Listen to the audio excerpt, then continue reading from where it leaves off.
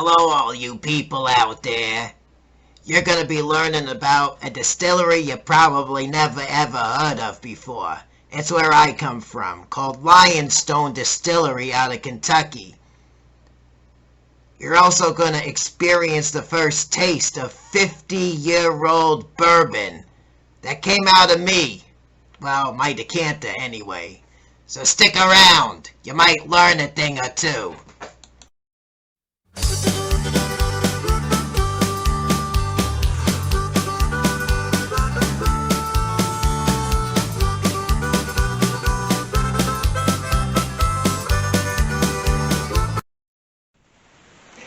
My wife and I just got back yesterday afternoon from a quick overnight trip out into South Bend, Indiana.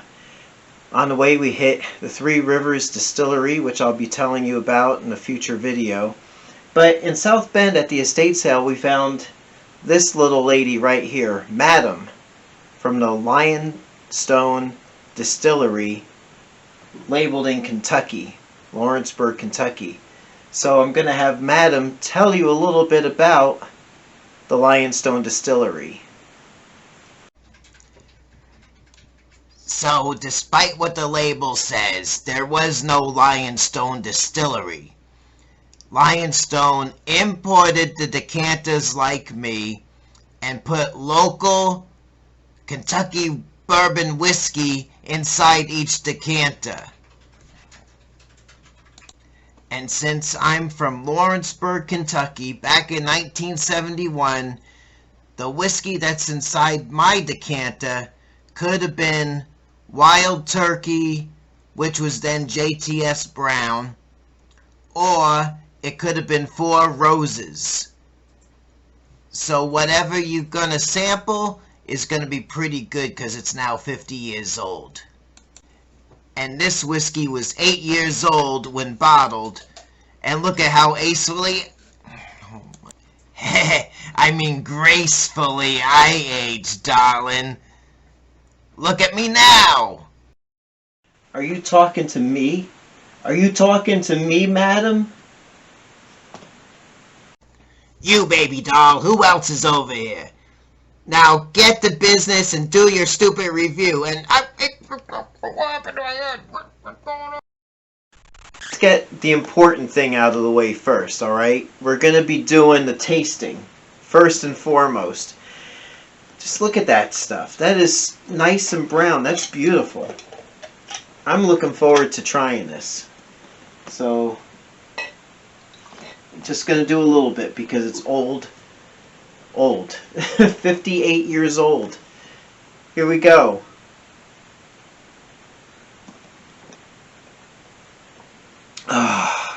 Man, that's good.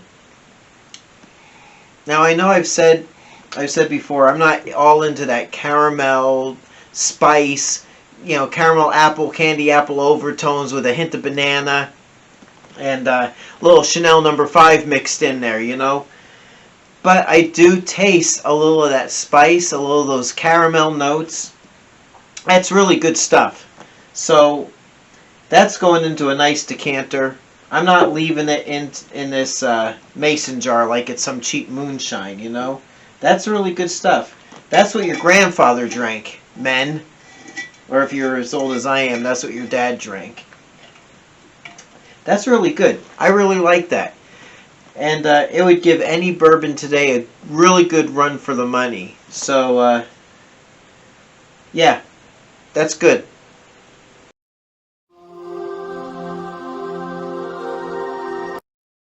Now the first tip, I told you already, the cork.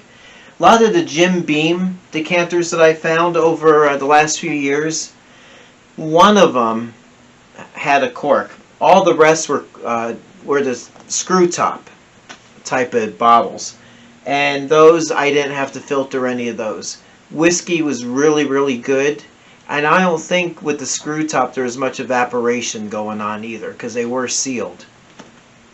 With this one, the Lionstone, there's probably some evaporation because it wasn't an airtight seal. This is everything that was in that bottle. So it's a little less than the what does it call it? What is it? 4/5 of a quart. So about the 750 milliliters, what we'd have today. So it was almost a full bottle. I don't think it was all evaporation. Could have been the person who had this took a sip here and there over the years. But it is good stuff. The decanters, I mean, you'll see these decanters at thrift stores and whatnot. They were the big thing back in the late 60s and going into the 70s and even into the early 80s. I've gotten bottles from I think as late as 82, 83. Not so collectible anymore. But the neat thing is it's like Avon. You know, Avon products. Everyone had them because they were collector's items. So my tip is, if you do happen to see at a garage sale, estate sale near you, if you go out to antique malls, and if you happen to ever see these decanters and they still have the whiskey in them, get them. I mean, if you're gonna pay $25 for a decent bottle of bourbon, and you find one of these for about 10 or 15, I would go for it and just check it out. I mean, what are you gonna lose? You're not gonna lose more than what a regular good bottle of bourbon costs. So go for it, and I think you'll be pleasantly surprised, because this older stuff, I don't know if it's because of age or they've reformulated, or it depends on the master distiller that's currently employed at these distilleries, but these taste really different, a lot different than the average stuff you'll find today. So that's my little tip to you, is, you know, take the plunge and check it out, and I think you'll enjoy what you find. So I'm going to leave you with that thought today. And if you like my videos, please click like. Please subscribe to my channel. I am trying to build up the channel a bit, so if you've stumbled onto my video, please like that. And coming up in the future, next few videos I'm going to do a bottom shelf battle. So I'm going to be evaluating different bottom shelf bourbons, and that way you know what to buy if you're on a budget. Like I said, I went to the Three Rivers Distillery in Fort Wayne. I'm going to review their products. That'll be fun. I'm very interested to see what their products are going to be. And I'm going to not only do some tasting and reviewing, but hopefully I can help you find the right bourbon to buy. So in closing, here's a word from screen legend Jimmy Stewart. Life is too short to drink bad hooch.